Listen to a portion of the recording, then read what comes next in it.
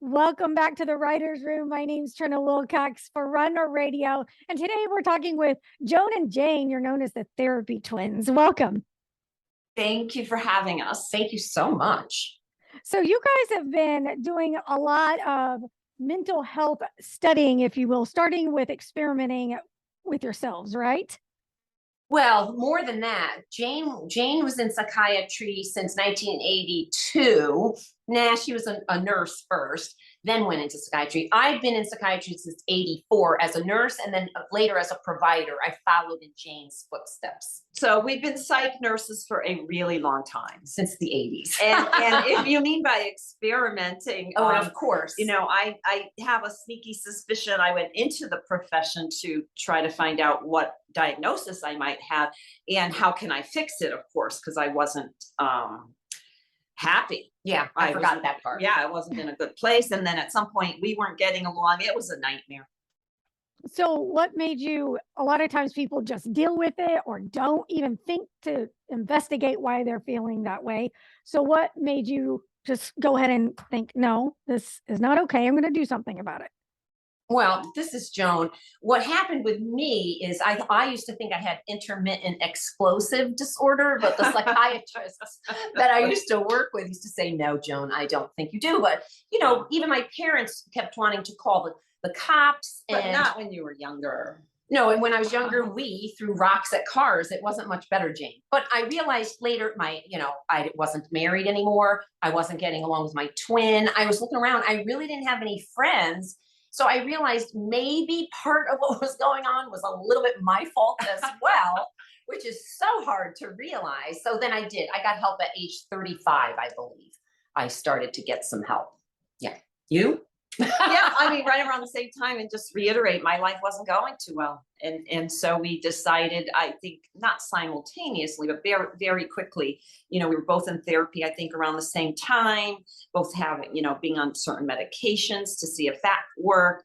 And, we just got so frustrated with the whole thing because a lot of things work on about 70% of the population. A lot of medicine works for about, 70, 80%. And then there's those other people, the failures. And, we do have a bit of science in our background, and we realize we are pretty much the outliers or the ones that aren't going to respond and this and that. So writing a book about our experience as well as trying to come out with our own mental illness to kind of disarm the nation. I mean, we are former therapists. We do have, science backgrounds, and just to let people know, you do wake up in the morning, you're still alive, even if somebody looks at you a little bit differently now that you said, I suffered from really bad depression or whatever. Right. Did you have trouble coming to terms with that yourselves? Mine wasn't, what, for me, mine was so clear cut trauma that people actually, my father, I found out after he died, defended me behind my back. My husband at the time was saying, I can't live with somebody who screams, over, I don't know what the heck he was doing, but it was a trigger of something. And I would scream. And my father said, could you give her a break? She's been through a lot, because the two of us, we were supposed to die when we were born, and we were given our last rites 2 different times because they truly did expect us not to make it. So the nurses named us, which is so cute because then we became nurses. Yeah, that might really be the reason we went into it. Because our parents both thought we were going to be a boy and a girl twin because all the doctors were telling them that. Of course, they probably didn't have true ultrasound back in 1960. I don't know. So we should know that as the history of nurses. But anyway, we survived, and apparently the incubator was a lot worse than we downplayed it. A whole month in separate incubators. Today, they try to put the twins together. And today, mommy and daddy don't just stand behind glass. They get to go in and touch their babies. Even if they had to wear gloves, there's a touch there. And we didn't get that. So when Joan says we threw rocks at cars when we were little budding antisocial girls. Yes. But our family is, strong, kind of loving, even if you think they're not loving, they are. Yelling Italian heritage. Yeah. So do you have siblings? Do you have other siblings? We have the best older sister. What she represented for us growing up was Cinderella, because she was beautiful and was compared to the actress, as well as Susan Sarandon later in life. And she was born with the glass half full. Absolutely. She apparently is terrific in a crisis because I was still having convulsions when I was an infant, and our mom had postpartum depression, and Jane was dissociating from being in an incubator and not poked and prodded. So Lori was called the second mother. Yes. So after our parents died, well, actually before that, they moved to Florida. Our parents, I started calling our sister Lori mommy, just because I knew she was a second mother. She's wonderful. So what was life growing up like for you guys? A lot of screaming, I think, but it was lovely. A lot of senses of humor. Let me, this is Jane for a second. I have resolved almost everything from my childhood, but because I wasn't as sick as Joan, my mom told me many, many years later, I think I was in my 50s, complaining, which is embarrassing that I was whining about my parents' parenting. She said, Jane, I always thought you could take care of yourself. And for me, that was the apology I was looking for. That was the explanation for why I was sort of always in the background without as much attention. At one point, my dad always, he knew where Joan worked, but he didn't really know where I worked. I had a big chip on my shoulder. So growing up, I would say our dad was a critical bully. But when I say that, it's more like The Honeymooners with Ralph Cramden. So it was a comedy, which saved him in many, many ways. Yeah. And our mother was like Donna Reed. The Donna Reed show. If the Brady Bunch were not a broken home, or they were a new blended home, we were the appearance of the Brady Bunch because of our mother. It really. We used to bring what's called the host down. We were raised Catholic, but forgive us if we don't know a lot. There's the host is brought down, and we were the good-looking family. Our mother and father were both very good-looking people, and we already told you about Lori. The stragglers back here, we were tall, thin, gawky, but we would carry that thing, the host down. And to only the priest. 4 people were supposed to be carrying it down, but we were twins, so they separated the Yes, cup with the saucer. Yeah. So one carried the saucer. Yeah. So I was definitely reinforcing the glass was half empty growing up. I really was. Yeah. Very, very negative. When did you guys decide that you were going to take all of this and put it into a book? Well, this is Joan. I wanted to be a comedian and act, and I did. And I was so anxious that, I just did it in the background for holidays and whatever. I never did stand up, but people believe that it's like stand up because Jane will say something like, "You were on last night," or something like that. So I did want to do that. Jane wanted to do radio, and somehow we compromised because of the anxiety and depression over a book, which is bizarre because neither one of us found solace in books. I did not growing up. I had a hard time reading. We were not readers. No one. No, science and math, please. No. Right. That's what brought all my grades up. Yeah. And we might have had ADD, but no one would ever be able to tell that back then as well.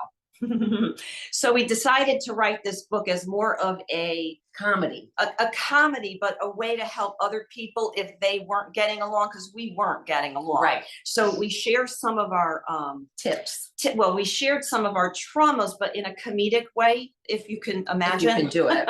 Yeah. In fact, people would come in laughing, saying that, at Joan's expense. They were laughing at things that happened to Joan, but the nervous laughter, And then what we decided was the tips that helped us get started on our journey, because all the self-help books out there, or if you want to do cognitive behavioral therapy, dialectical behavioral therapy, these are difficult courses and words to say when you're not feeling well, right? Right. Yeah. It's a lot of work. So we gave the few tips that got us started that are doable, like really, really simple, easy. Because it's hard to look at yourself. It really is. Yeah. I think. So you really found it therapeutic to write, even though you're not readers, but it was a way for you to it was a little cathartic to just get those things out. And And did you guys, what was the process like? Were you note takers? Did you exchange drafts? Well, once in a while? we're definitely paper and Paper pencil and pencil. girls. You know, we graduated high school in 78. So, you know, we actually know how many words a minute we typed from the olden days, Yeah. right? Which is terrible. And we had to go to the library. Yeah, it's just and then copy the articles page by page. I remember when there was Yeah. no whiteout, you know. Oh, I've lost yet.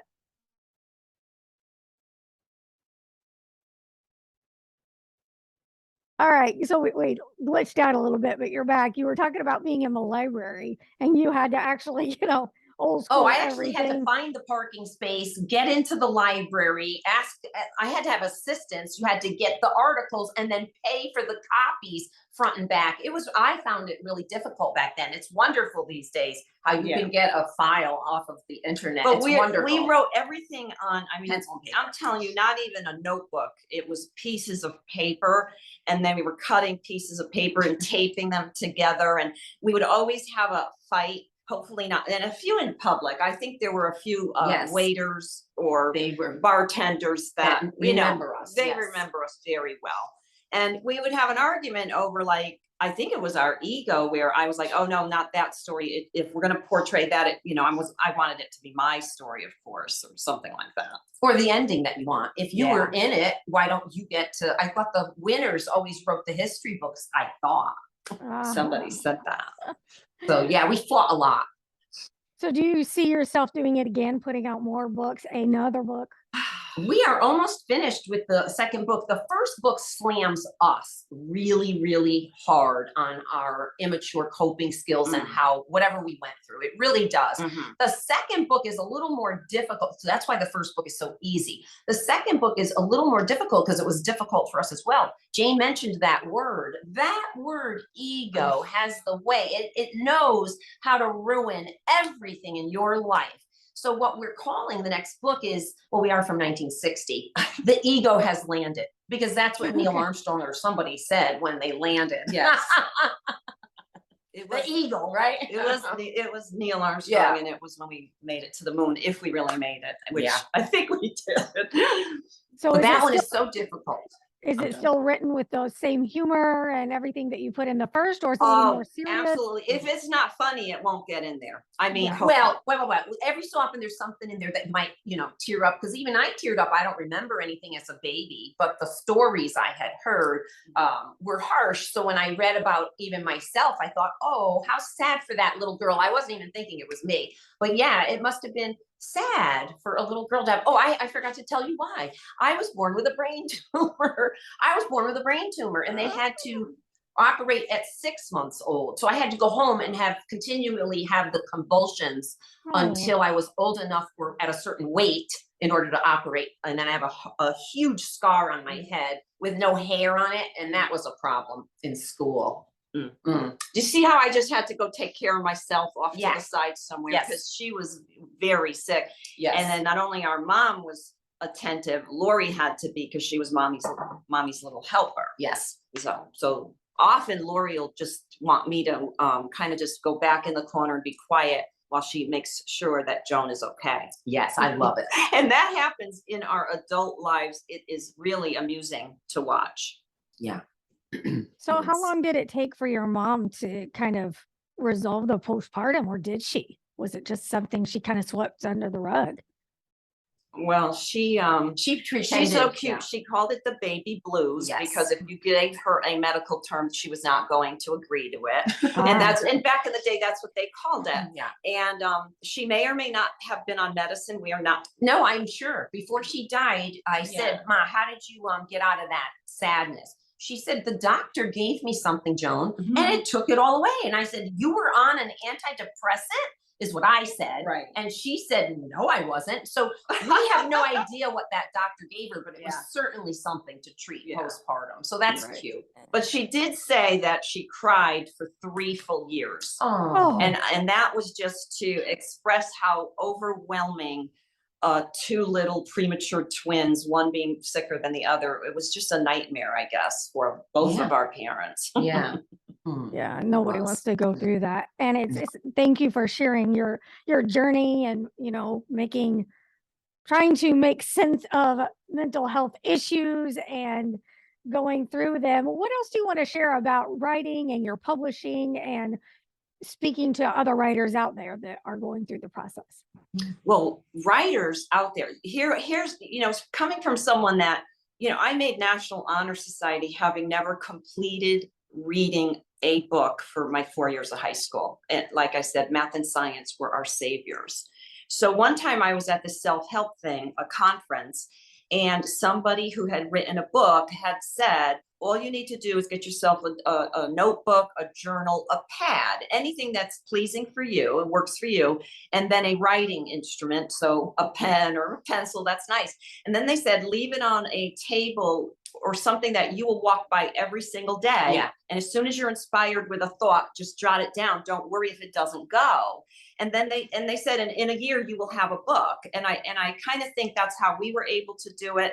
And now with Amazon and the self-publishing, and so there's more to follow, I'm sure, with that. Anyone that has any computer skills, we are very bad at that, but the people with better computer skills can just do it a lot more easily. And I think too, if you have a story to tell that might help somebody else, because apparently our book has blocked 2 suicides that some of the parents had told us while we were still in practice.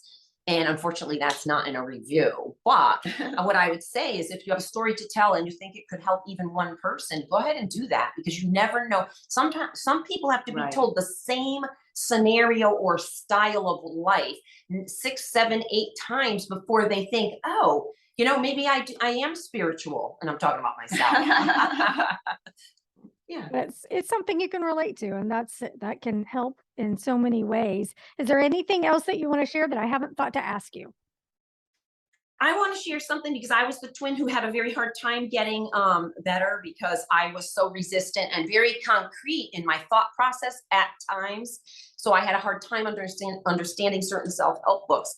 Jane treated me. I had a very bad temper. Jane had a dream that our nanny said, could you just treat Joan through compassionate eyes? And what Jane did was she changed the way she interacted with me. And at first I thought, oh my God, what is this lying bitch conniving to do behind my back? I really didn't trust her. And instead what happened was I started responding or reacting differently, and it changed the whole process. So if something doesn't change, nothing will ever change. So if you're unable to get better, ask one of your friends to start talking to you differently. Anybody who wants to be an actor gets to do it, because really, what mental health, the best way to do it, it's habits. You actually have to relearn a habit to be positive. You have to relearn a habit to help others or help yourself. And I had to kind of teach myself how to view Joan through compassionate eyes. Because it was tough. At that point, I was feeling a lot of stuff, but not compassionate or loving. And you start with like 5 minutes. And sometimes it's a matter of just being quiet and not responding to everything that you think is an attack. And then you build up from there. And when you see the change in the other person, it sort of motivates you to do it more. Yes. I call it like, I know we're siblings, but with anybody, just pretend you're on a date. Yeah. When we all go on that first date, even the second date, we're not doing certain things, like saying, why did you do something so stupid? We don't really, we're not getting a second date like that. So, right. Like nobody's using dental floss on a date. Yeah. And this may be way deeper than, we were planning to go, but you said, have that compassion. And I think that's important, but how do you know when to draw the line? There's compassion, and then there's enabling bad behavior for that person and for yourself, not protecting yourself like you've tried and tried. How do you see the difference? Well, when I say start with 5 minutes, it could be the first 5 minutes of an interaction that you're having with that person. And usually an argument, it usually takes time for people to start rubbing each other the wrong way, and they're, throwing knives verbally. So I found that in the first interaction, like I just did this with our sister Lori, who, God bless her soul, if she listens to this, she's going to realize, 1, that she knows we had a little argument recently, and 2, she knows we got through it. And that's always very important to us, the way we were raised. And so never, ever would I allow somebody, in fact, with Lori, when I felt she was too much for me, during that Discord we had recently had, I left the situation. You know, you have to find yourself an excuse. I've got to go. It was great seeing you. Bye-bye. So you don't, Yep. you know, you still keep your boundaries around what's appropriate for you or not. I'm talking about those little comments where, you know, someone might say, you know, I'll just say for myself, because I am, and this used to push my buttons, is someone might say, you know, Jane, you really do view the glass half empty, you know, don't you? And, you know, I would want to defend myself that I'm working on it, you know? So when I say those first 5 minutes, the next time we saw Lori is I greeted her with such, you know, eye contact, hi, Lori, a hug. And then I did sneak in a compliment for the dinner she made us. I tried to do that. Or like my ex-husband did, he trained me like a dog, because we were married for 16 years and it was wonderful. And then we split together peacefully on the same page. But what he used to do is when I would start with my escalation 0 to 60, screaming with, I guess, irrational stuff, he used to just walk out and leave, and I'd hear the car go. Yeah, he didn't say, gotta go, Joan. Yeah. He just Yeah. left. And I was the abuser. I'm the one who, in a relationship, there weren't men abusing me. And if they were abusing me, I egged that shit on and got into their faces and made that happen. And I'll tell people this: we all go to what is familiar to us. People will say terrible things about women that stay with a battered or abusive man, you know, if you were battered.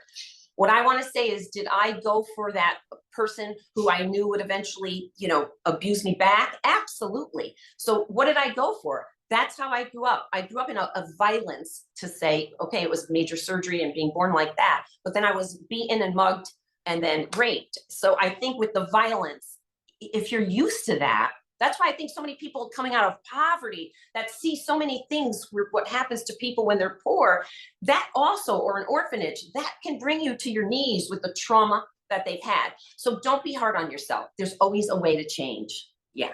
But always remove yourself from violence, like what people had to remove themselves from me. Thank you. Always a way to change. Very good. Where can people go to get your book and learn more about you, ladies? Well, for right now, you can get the book for free. It is an ebook, and if you have Kindle, it's for free. If you don't, it might be $3.99, because it's a short book. Because remember, it's ADHD friendly, and it is real funny. Because if it wasn't funny and smooth coming out of our mouths and brief, we Yes. figured we'd lose everybody. And we really are honored that at least 2 people we know of have not suicided. and the book is called Under the Hood: Therapy Twins, how we hotwired our brain, calmed the fuck down, and let that shit go. Because it was hard, but we did it. Good. Very glad you did. Thank you for sharing. Looking forward to your next book too. Hope everything goes wonderful. Thank you again for sharing. Thank you so much. Thank you.